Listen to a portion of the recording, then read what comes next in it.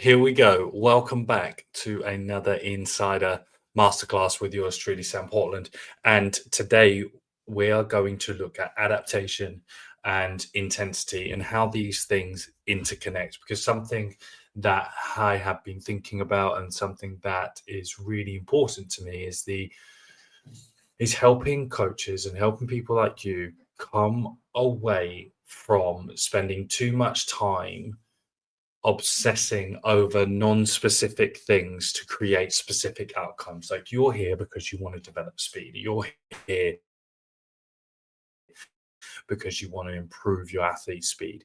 You're here because you want to make a difference. And the biggest challenge that you face and the biggest challenge that the S&C industry faces is that it's mastered the ability to over exaggerate non-essential training and over analyze non-specific training, to try and engineer specific outcomes. And if you can start to let go of that, you're going to progress and your athletes are going to progress, because that's why you're here. You're here to help your athletes improve. So a bit of an ego check at the beginning of today, but there's a few things that are not they're just like a waste of time, personally, that I think, right? So when we look at the categorization of general training, so much, and if you've got the book and that running in fast in a straight line is the most general thing that we can do for team sports, general speed. So then everything that we do underneath it, such as weight room and all those sorts of things, those things, if they do not inform or and have an upstream effect to that athlete, then they're a waste of time. And so a large mistake that's been made is that we think that there is an upstream effect from strength, power, speed, when actually there's a more potent effect for speed, power, strength on the way down, because speed equals power and strength. If you think about and really look at your program and really start asking questions of your training, ask the question, does this do what it's meant to do? Is this going to achieve the result that I want it to? And arguably, like, we have to eat humble pie, and a lot of the time it isn't. So you can get rid of stuff like hip block drills. You can get rid of stuff like stretchy spinal engine theory nonsense. Though I think spinal engine is a big thing. But you don't influence that in the gym. You influence it and understand it through dynamic explosive movement, and that's a skill, and that's just something that we have to get better at. And then rather than going down needless rabbit holes of training, that doesn't really matter. So what we're going to look at today is the rate of adaptation and understanding this from a conceptual basis, but also a practical basis. So when we get a new stimulus, so there's something called the Law of Accommodation that dictates that within 21 days if an organism is placed under a consistent stress, it will adapt to that stress. So 21 days, which is typically why you probably have been taught 3 weeks on, 1 week off for your initial programming and deloading. So that is really interesting straight on from the bat, that if you didn't know that, then you do now, and that should inform your training programs.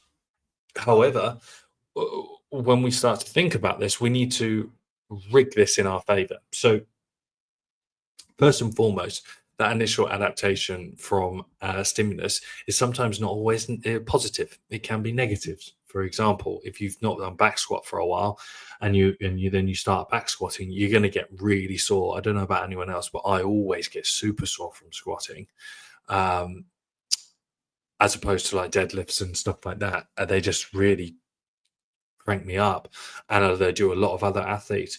So you have to learn to accommodate to that stressor. But again, that's a really general thing for developing general strength. And do we really, really need to measure the effectiveness of a squat to an acceleration? Because it's again trying to get general specific adaptation from general training means it doesn't work like that. And what we need to do is start to develop specific strength to create specific adaptations. And that's the law of specificity and the principle of specificity, which is largely forgotten. So when we look at our rates of adaptation, we need to we need to engineer positive net effects. And it depends on the time of the year as well. And depending on the time of the year, I've said the word that I don't like to use, but when you're in the off season, for example, you can afford to accumulate a bit of soreness. And that's great because you're trying to increase the adaptive reserve by 1 to 2%. Okay. If you get 2% increase on your strength, then take it and use it because that's what it's there for. It's there to help you survive specific means.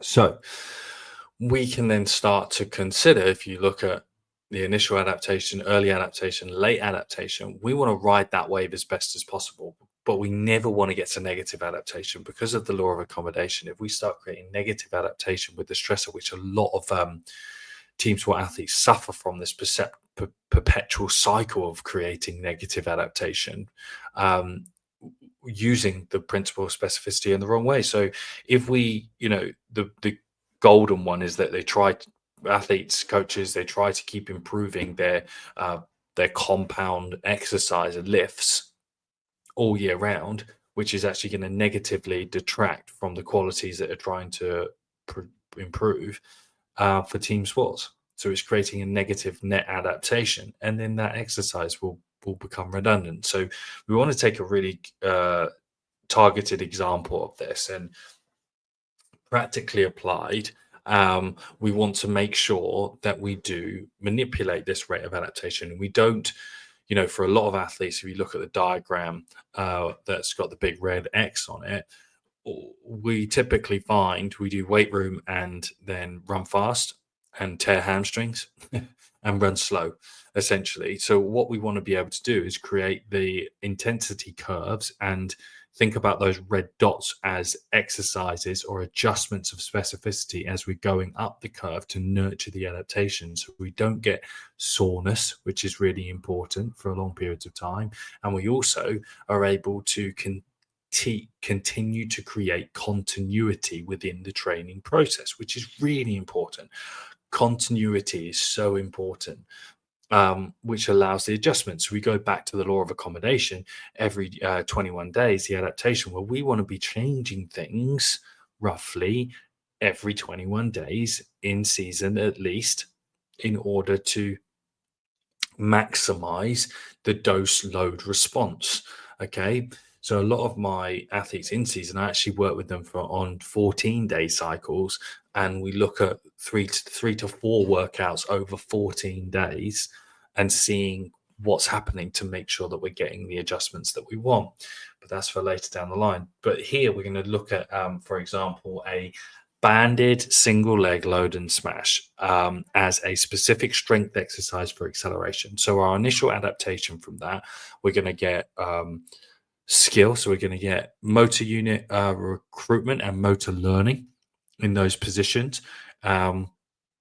These exercises are highly underrated for specific strength adaptation because people think they're just technique. They're not. You can load them up really, really aggressively and do them in a very dynamic fashion. So our goal initially would be to maximize that initial adaptation and understand it with our short acceleration. So our learn, load, execute model, which you'll be fully versed in now, we can see how we can understand the initial adaptation by using these exercises through loading and learning.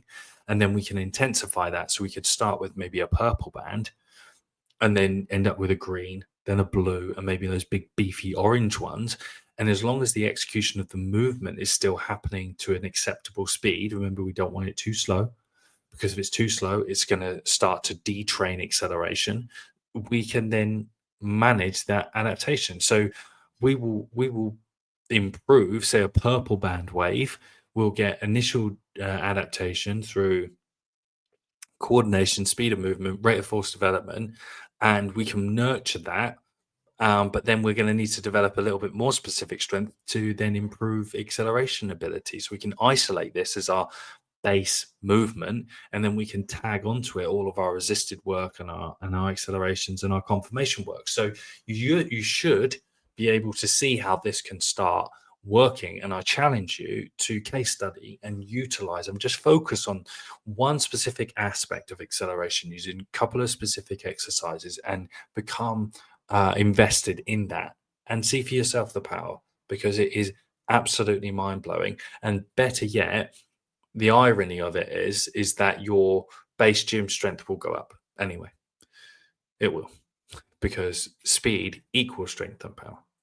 All right, so we're going to start looking at breaking down some of this in a lot closer detail over the coming weeks to really get you juicing in the inside of way. All right, so go apply, think, digest, and I'll see you for your next